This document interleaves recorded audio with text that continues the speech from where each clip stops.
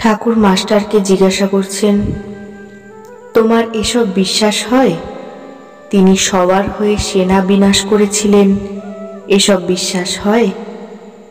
Master বলছেন, ভক্ত ব্যাকুল হয়ে ডেকেছিল, এই অবস্থা বিশ্বাস হয়। ঠাকুরকে সবার ঠিক দেখেছিল কিনা এসব বুঝতে পারি না। তিনি সবার হয়ে আসতে পারেন, তবে ওরা তাকে ঠিক দেখেছিল কিনা। ঠাকুর সহাস্যে বলছেন, বইখানিতে বেশ ভক্তদের কথা আছে, তবে একঘেয়ে। যাদের অন্য মত তাদের নিন্দা আছে। পরদিন সকালে উদ্যান পথে দাঁড়াইয়া ঠাকুর কথা কহিতেছেন। মণি বলিতেছেন, আমি তাহলে এখানে এসে থাকব। ঠাকুর বলছেন, আচ্ছা, এত যে তোমার আশ, এর মানে কি? সাধুকে লোকে একবার হদ্দ দেখে যায়, এত আশু, এর মানে কি? মণি অবাক। ঠাকুর নিজেই প্রশ্নের উত্তর দিতেছেন। ঠাকুর বলছেন, অন্তরঙ্গ না হলে কি আসো? অন্তরঙ্গ মানে আত্মীয়, আপনার লোক, যেমন বাপ, ছেলে, ভাই, ভগ্নী। সব কথা বলি না, তাহলে আর আসবে কেন? সুখদেব ব্রহ্মজ্ঞানের জন্য জনকের কাছে গিয়েছিল। জনক বললে, আগে দক্ষিণা দাও। সুখদেব বললে, আগে উপদেশ না পেলে কেমন করে দক্ষিণা হয়? জনক হাসতে হাসতে বললে, তোমার ব্রহ্মজ্ঞান হলে আর কি গুরু শিষ্য বোধ থাকবে? তাই আগে দক্ষিণার কথা বললাম। শুক্লপক্ষ, চাঁদ উঠিয়াছে। মণি কালীবাড়ির উদ্যান পথে পাদচরণ করিতেছেন। পথের একধারে ঠাকুর শ্রীরামকৃষ্ণের ঘর, নহবতখানা, বকুলতলা ও পঞ্চবটী, অপর ধারে ভাগীরথী জ্যোৎস্নাময়ী। আপনা আপনি কি যেন বলিতেছেন। সত্য সত্যই কি ঈশ্বর দর্শন করা যায়? ঠাকুর শ্রীরামকৃষ্ণ তো বলিতেছেন, বললেন, একটু কিছু করলে কেউ এসে বলে দেবে এই এই, অর্থাৎ একটু সাধনের কথা বললেন। আচ্ছা, বিবাহ, ছেলেপুলে হয়েছে, এতেও কি তাঁকে লাভ করা যায়? একটু চিন্তার পর বলছেন, অবশ্য করা যায়। তা না হলে ঠাকুর বলছেন কেন? তার কৃপা হলে কেন হবে না? এই জগৎ সামনে, সূর্য, চন্দ্র, নক্ষত্র, জীব, চতুর্বিংশতি তত্ত্ব, এসব কিরূপে হলো? এর কর্তাই বা কে? আর আমি বা তার কে? এ না জানলে বৃথাই জীবন। ঠাকুর শ্রীরামকৃষ্ণ পুরুষের শ্রেষ্ঠ, এরূপ মহাপুরুষ এ পর্যন্ত এ জীবনে দেখি নাই। ইনি অবশ্যই সেই ঈশ্বরকে দেখেছেন। তা না হলে মা মা করে কার সঙ্গে রাত দিন কথা কন? আর তা না হলে ঈশ্বরের ওপর ওর এত ভালোবাসা কেমন করে হলো? এত ভালোবাসা যে বাহ্যশূন্য হয়ে যান, সমাধিস্থ জ্বরের ন্যায় হয়ে যান। আবার কখনো বা প্রেমে উন্মত্ত হয়ে হাসেন, কাঁদেন, নাচেন, গান। ঠাকুর বলছেন, কর্ম যে বরাবরই করতে হয় তা নয়। ঈশ্বর লাভ হলে আর কর্ম থাকে না। ফল হলে ফুল আপনিই ঝরে যায়। যার লাভ হয় তার সন্ধ্যাদি কর্ম থাকে না। সন্ধ্যা গায়ত্রীতে লীন হয়, তখন গায়ত্রী জপলেই হয়। আর গায়ত্রী ওঙ্কারে লয় হয়, তখন গায়ত্রীও বলতে হয় না, তখন শুধু ওম বললেই হয়। সন্ধ্যাদি কর্ম কতদিন? যতদিন হরিনামে কি রাম নামে পুলক না হয় আর ধারা না পড়ে।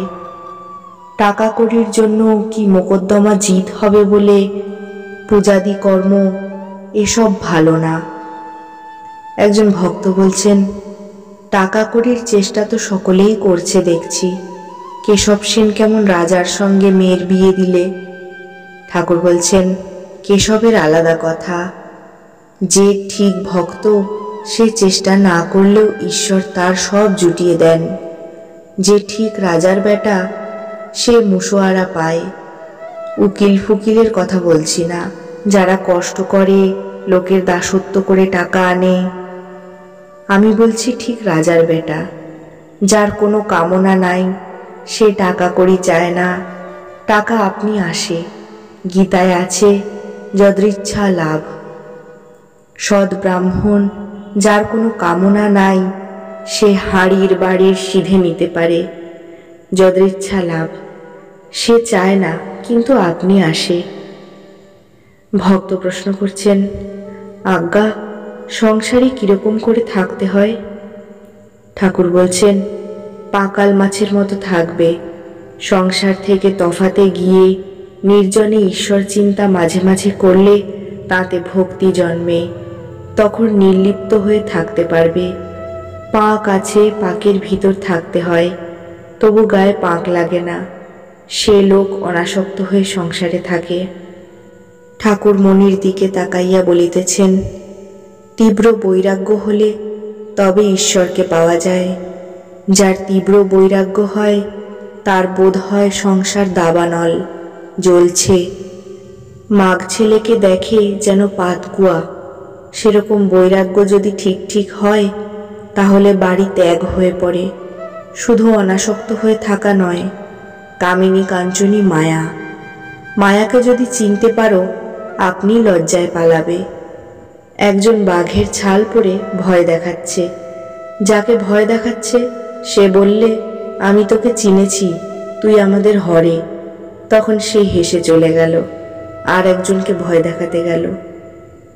যত স্ত্রীলোক সকলে শক্তিরূপা, সেই আদ্যাশক্তি স্ত্রী হয়ে স্ত্রীরূপ ধরে রয়েছেন। অধ্যাত্মে আছে, রামকে নারদাদি স্তব করছেন, হে রাম, যত পুরুষ সব তুমি, আর প্রকৃতির যত রূপ সীতা ধারণ করেছেন। তুমি ইন্দ্র, সীতা ইন্দ্রাণী, তুমি শিব, সীতা শিবানী, তুমি নর, সীতা নারী। বেশি আর কি বলবো? যেখানে পুরুষ সেখানে তুমি, যেখানে স্ত্রী সেখানে সীতা। মনে করলেই ত্যাগ করা যায় না। প্রারব্ধ, সংস্কার এসব আবার আছে। একজন রাজাকে একজন যোগী বললে, তুমি আমার কাছে এসে বসে থেকে ভগবানের চিন্তা করো। রাজা বললে, সে বড় হবে না, আমি থাকতে পারি, কিন্তু আমার এখনো ভোগ আছে। এ বনে যদি থাকি, হয়তো বনেতে একটা রাজ্য হয়ে যাবে, আমার এখনো ভোগ আছে। নটবর পাঁজা যখন ছেলে মানুষ এই বাগানে গরু চড়াতো, তার কিন্তু অনেক ভোগ ছিল, তাই এখন রেডির কল করে অনেক টাকা করেছে। আলমবাজারে রেডির কলের ব্যবসা খুব ফেঁদেছে। একমতে আছে মেয়ে মানুষ নিয়ে সাধন করা। কর্তা ভাজা মাগিদের ভিতর আমায় একবার নিয়ে গিয়েছিল। সব আমার কাছে এসে বসলো। আমি তাদের মা মা বলাতে পরস্পর বলা বলি করতে লাগলো, ইনি প্রবর্তক, এখনো ঘাট চেনেন নাই। ওদের মতে কাঁচা অবস্থাকে বলে প্রবর্তক, তারপরে সাধক, তারপর সিদ্ধের সিদ্ধ। একজন মেয়ে বৈষ্ণবচরণের কাছে গিয়ে বসলো। বৈষ্ণবচরণকে জিজ্ঞাসা করাতে বললে, এর বালিকা ভাব। স্ত্রী ভাবে শীঘ্র পতন হয়, মাতৃভাব শুদ্ধ ভাব।